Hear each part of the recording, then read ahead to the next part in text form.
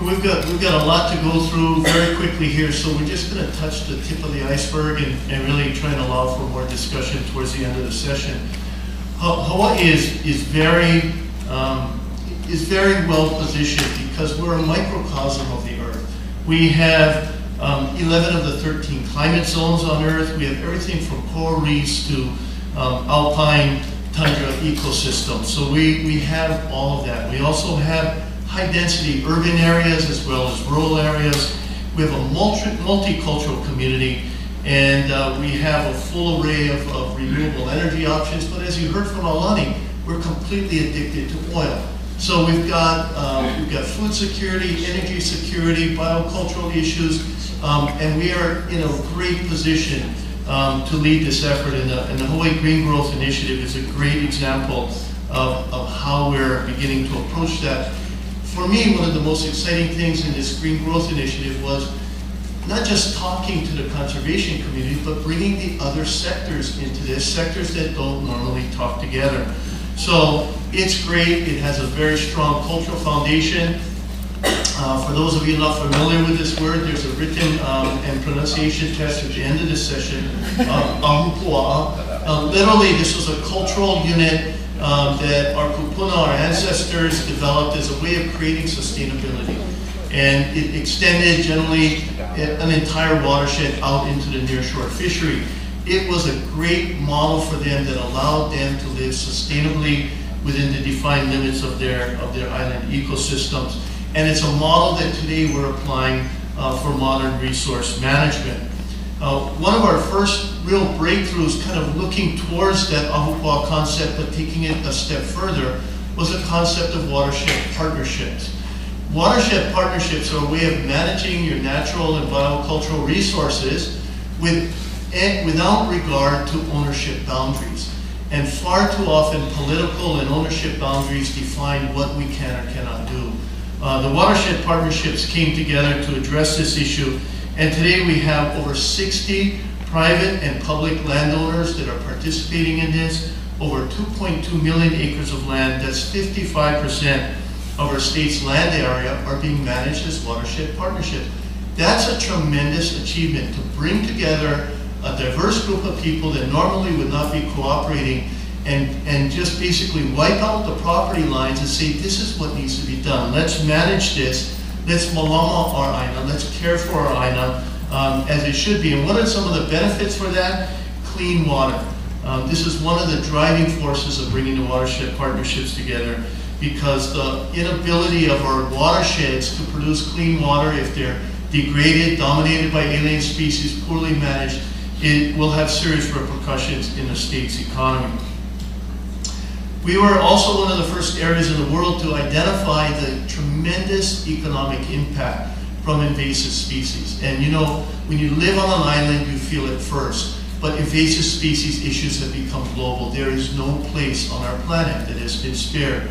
Believe it or not, we've done some economic analysis, and we believe that invasive species are now costing our state about $500 million a year in terms of managing it. That's very, very expensive work, and so trying to prevent the spread of new invasive species is very important. We have led this in terms of our, this is a little time check here, we have led this in terms of trying to pull together a statewide partnership that is addressing this at the cabinet level in our state government, so very, very important. We are clearly connected throughout the Pacific. This is an example of the shipping lanes, and you can see how many shipping lanes come to Hawaii. So we are clearly impacted. Now, who would have thought, in terms of biocultural security on a regional basis, that you could turn to the U.S. Department of Defense? Known for a lot of things, they're not really known right off the bat, it doesn't come to mind, that they're interested in biocultural security. Well, they have taken the lead, and we've been invited to participate with our Micronesian neighbors in terms of this, and it's a very, very exciting regional plan. In terms of our priorities, I'm going to really have to speed up here. You can see these are 4 of our statewide priorities for the coming years, not the least of which is creating green jobs and fundable, creating a secure source of funding. Hawaii currently spends millions of dollars a year on biocultural security through a dedicated tax on all real property that's bought and sold, as well as a barrel tax. Last year we got within a millimeter of getting a bag bill for every plastic bag that's actually used in a store. We would have generated millions of dollars for the state. We're going to go at it again next year. Identifying and agreeing on sustainability measures are very important, and international partnerships. International partnerships are clearly why we're here today. GLISPA has championed this. We're very fortunate to have GLISPA a strong champion of the Green Growth Initiative in Hawaii. And of course, my institution with the global breadfruit distribution has established partnerships. I'll be talking for a full 8 minutes just on that tomorrow at the same time. I want to end by clearly asking all of you to think about Hawaii as a model that can be applied to other islands throughout the world, but also to continental land areas. It is something that can be scalable. And we believe, because we are a microcosm of the world, that we are an ideal place to host the 2016 World Conservation Congress. It will put our island ecosystems on the world stage and help us share with the world, as well as learn from the world, how to better care for our island planet. So thank you very much for this opportunity.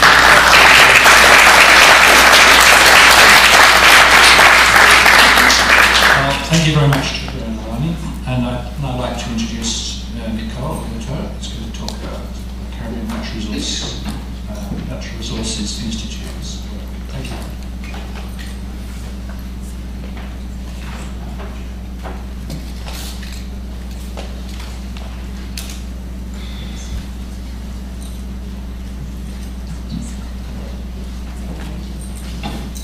Good morning, everybody. I'm very excited to have the opportunity to share what we're doing with you, and thank you so much for the invitation. Speak slowly.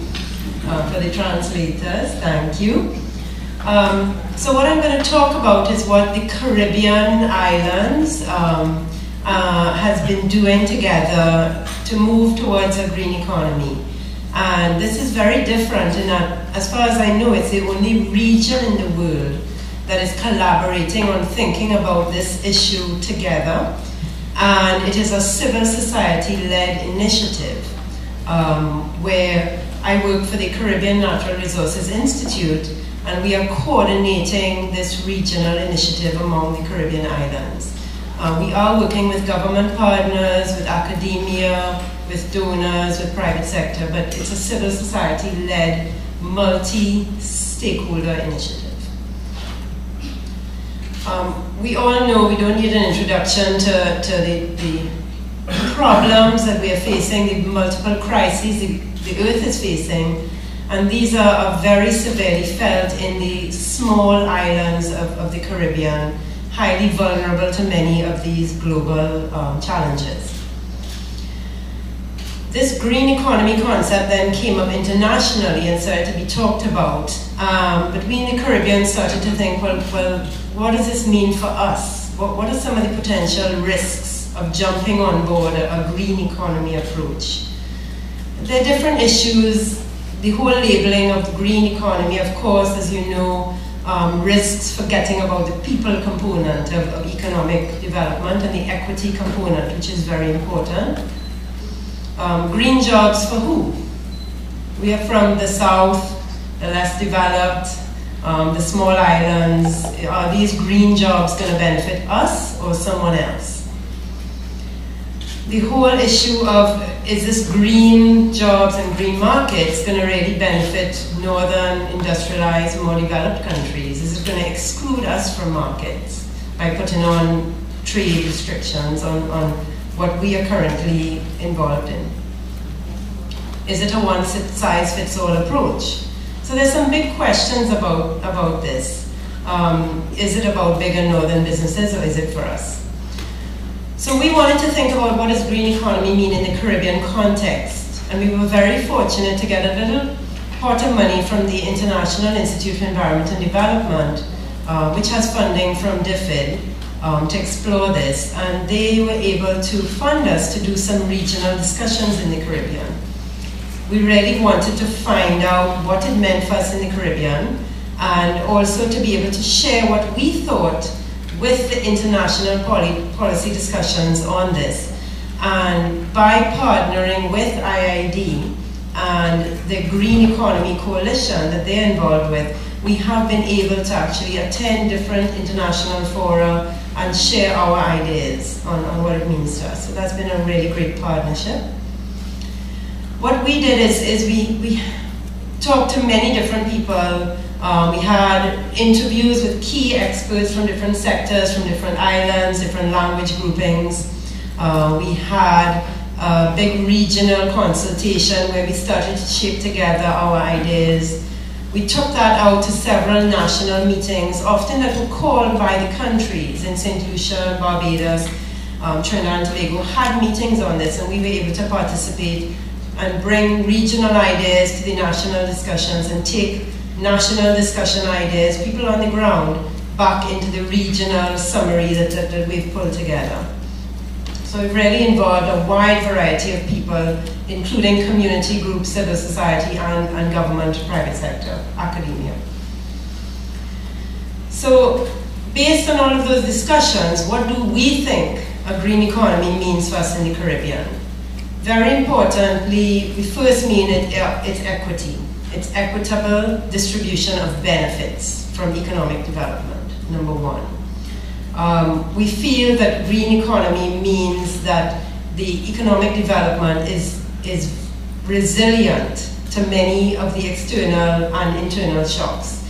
And the Caribbean markets are very vulnerable to international economic trends and fluctuations, as well as things like climate change has a huge impact on our economic sectors.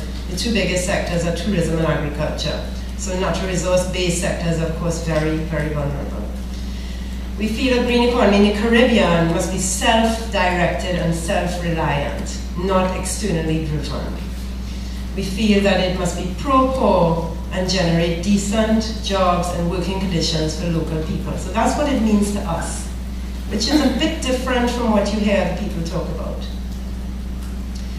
We developed key principles for what green economy means in the Caribbean. And I say we, Caribbean people, that we need to have a common vision. We need to be focused on human security, good governance, a well-educated citizenry, involved young people, informed and mobilized civil society, and a commitment to pan-Caribbean cooperation. So we very much see this as a regional effort where individual islands in the Caribbean cannot do it alone. We need to have a regional approach. One person from Barbados, when introduced to this green economy concept, said, "We wish to thank the world for giving our model of development a name." I thought that was fantastic. So certainly, like many other places, there are many initiatives that are taking place that are relevant to this green economy approach, and we need to draw on those and build on those. They're regional initiatives. Very importantly, I just want to highlight the Caribbean community has a policy for economic cooperation, for a single market, to move towards free movement of goods and labor and services within the Caribbean. So if a green economy means pan-Caribbean, regional working, we have a policy framework for that. There's a lot of national initiatives within the countries. Barbados has done a lot of work with assistance from UNEP and has a green economy policy framework, and that's their document. They have a synthesis report. Guyana is fairly well known around the world for their low carbon development strategy for many years. Dominica has an organic development policy, wants to be seen as an organic agriculture island, and others. In Grenada, there's an initiative led by civil society to develop an alternative growth and poverty reduction strategy. That is alternative to the official government policy, which they feel has gaps and is very international driven and directed. So some very, very interesting initiatives taking place. The Trinidad and Tobago initiative is an international project with UNEP that is seeking to value ecosystem services and get that international accounting. So some interesting initiatives can be built on. Many sectoral initiatives, and Canary is doing a lot of work on sustainable rural livelihoods, which clearly is very important if we're looking at economic equity and pro-poor economic development. How can we bring informal livelihoods and small livelihoods in rural communities into the economic market and make sure there's better economic benefits for local people? The renewable energy, or organic agriculture, the tourism, all of these things are taking place. The key issue is really how can we harness all these different initiatives and bring them together for a coordinated, cohesive approach in the Caribbean. And this is where Canary is trying to play a role, to coordinate, to facilitate, to bring all of these people who are doing great work together. What we have just launched in May this year is a Caribbean Green Economy Action Learning Group. And this is a group of 15 to 20 really leading people from around the Caribbean. We have very, very wide geographic representation from different sectors: private sector, business, government, community, civil society, tourism, agriculture, energy. So really a diverse group of people who can come together and think about this as a region. And it's an independent group. This is not appointed by government or anything. So these people are acting independently, and that gives a lot of freedom for them to think about the tough questions. They have a lot of freedom to think creatively. They're going to be looking at what are the opportunities for green economy, what are the potential threats, and what then is the Caribbean vision for a different model of economic development, one that's more equitable and conserves our natural resources. So the objectives of this Caribbean Green Economy Action Learning Group, firstly, is really building and sharing knowledge on green economy approaches. Then is promoting this knowledge, sharing, communicating to people ideas for green economy development in the Caribbean, and doing policy influencing work as well. So awareness building and policy influencing for the communication people here. Putting the vision into action. These are people who are going to be able to actually implement, pilot, test some of these ideas in their own organizations, sectors, and countries. So it becomes an action learning approach. And also build capacity of each other and others to take this forward. So the group is really just launched, but this is our vision. This is where we are. We're looking for funding to do this now. This group, this is a fancy conceptual model. Really just on the, what is this, left-hand side shows the green economy group as a group of people doing all of this thinking, but drawing on the knowledge and ideas and learning being generated by other people in the Caribbean who are working. So they're going to be connected with other people, and they're going to be feeding back ideas and information and knowledge to them to help them do their work better. This group is then going to be able to do policy influence communication to international levels, and also hopefully other people in the Caribbean will be able to do that policy influence.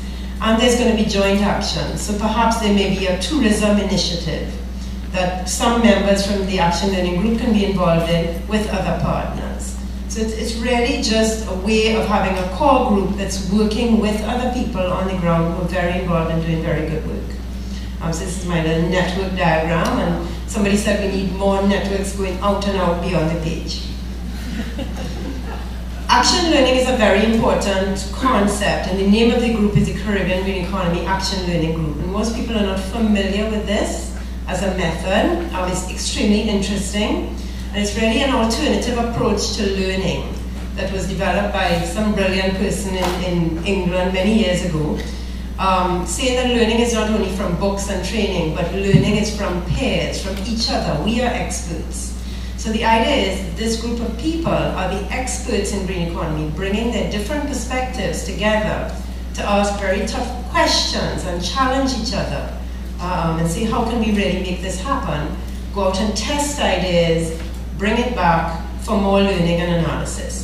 So the action learning concept is very fundamental to how we want to do this. It's all about learning together from the ground.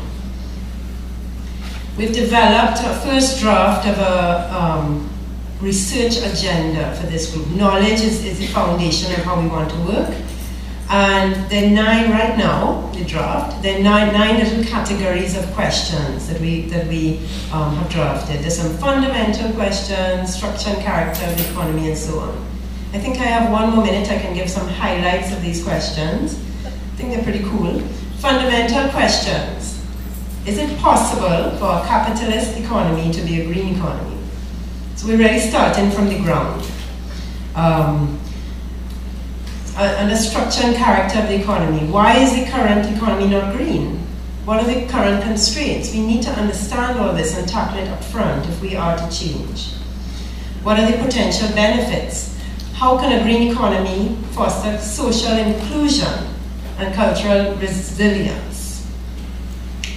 What is the role of the state in a green economy? What is the role of other actors? Right? What kinds of methods and skills are needed? Can triple bottom line methods be applied? And actually St. Lucia is looking at piloting how triple bottom line methods can be applied to making decisions about investment choices for their country. Very interesting. Measuring progress. Alternatives to GDP, anyone? Right? Energy, local economies, how can we scale up small, medium, and micro enterprises? So really we're looking at some of these questions. So this is a draft. As I say, the group